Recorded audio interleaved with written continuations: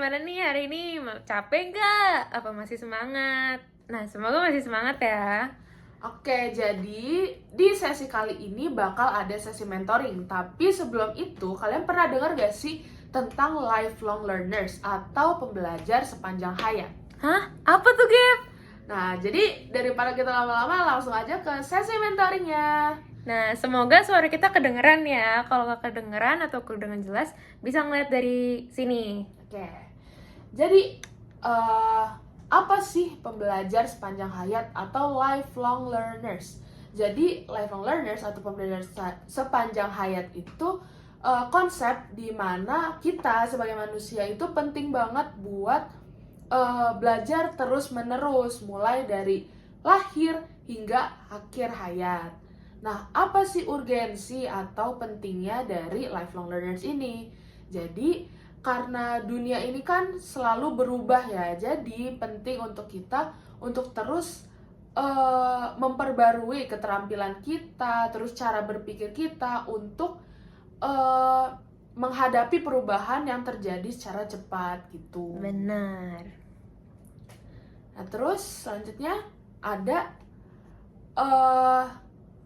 7 elemen mindset gak sih, Zi? Iya, bener banget. Nah, jadi ini bagian aku yang jelasin ya.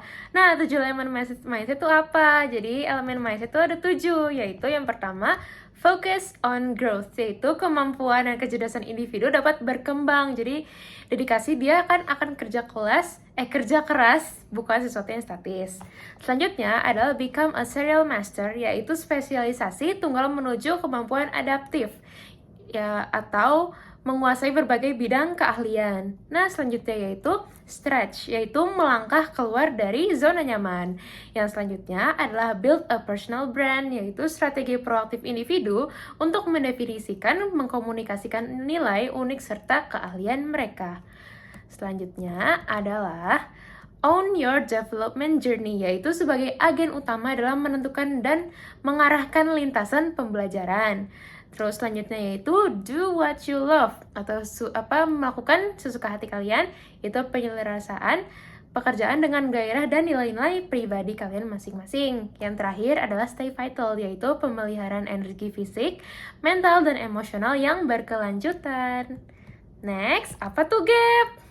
Nah, terus selanjutnya itu ada 4 nilai lifelong learners. Nah, ada 4.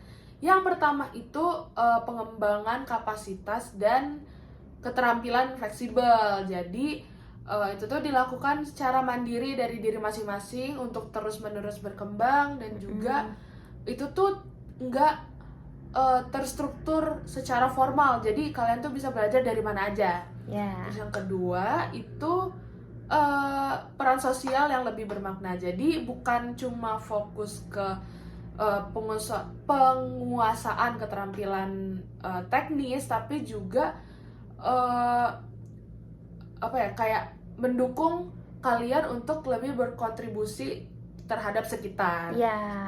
Nah, terus yang ketiga itu ada pembelajaran kontekstual dan bermakna secara pribadi.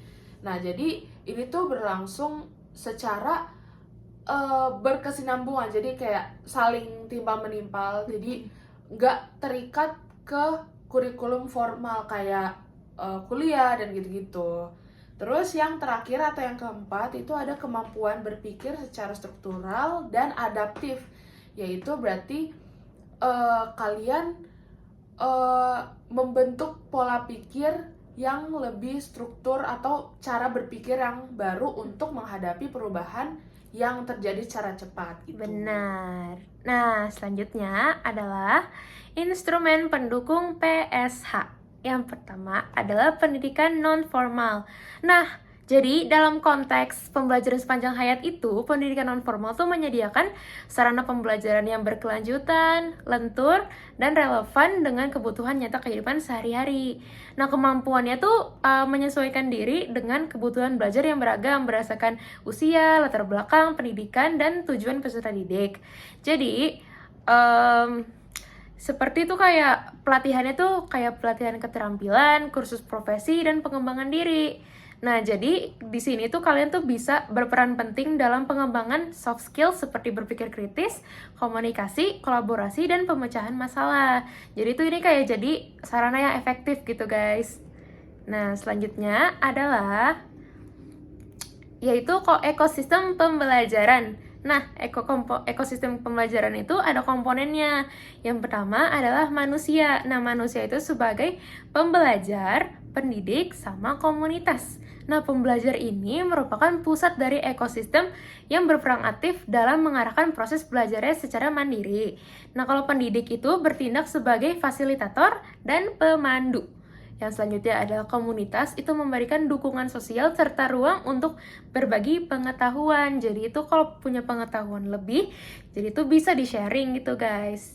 Nah, selanjutnya adalah konten, yaitu materi pembelajaran kayak ini nih, kayak gini nih, berarti ini sumber pembelajarannya kita tuh dari PPT ini gitu. Nah, selanjutnya itu ada teknologi. Itu aku mau menggunakan teknologi nih di sini itu sebagai platform atau alat digital. Jadi itu kalian up to date gitu. Dan terakhir adalah kebijakan dan tata kelola, yaitu regulasi dan kebijakan pemerintah serta strategi kelembagaan yang mendukung penerapan PSH.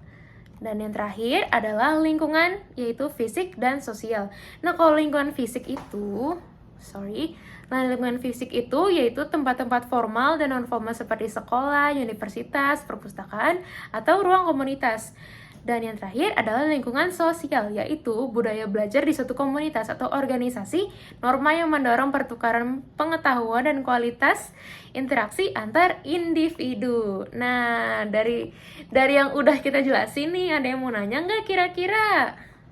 Oke, jadi kalau misalnya nggak ada yang mau nanya, itu aja penjelasan dari kita tentang lifelong learners atau pembelajar sepanjang hayat. Jadi jangan lupa buat jadi lifelong learners. Nah, jadi diterapin juga ya guys. Nah, jadi kalian bisa lanjut, kita akan lanjut ice breaking atau kita bisa istirahat dulu nih. Kan pasti kalian udah pada capek nih. Ya udah. Nanti kita ketemu lagi di materi selanjutnya. Bye bye.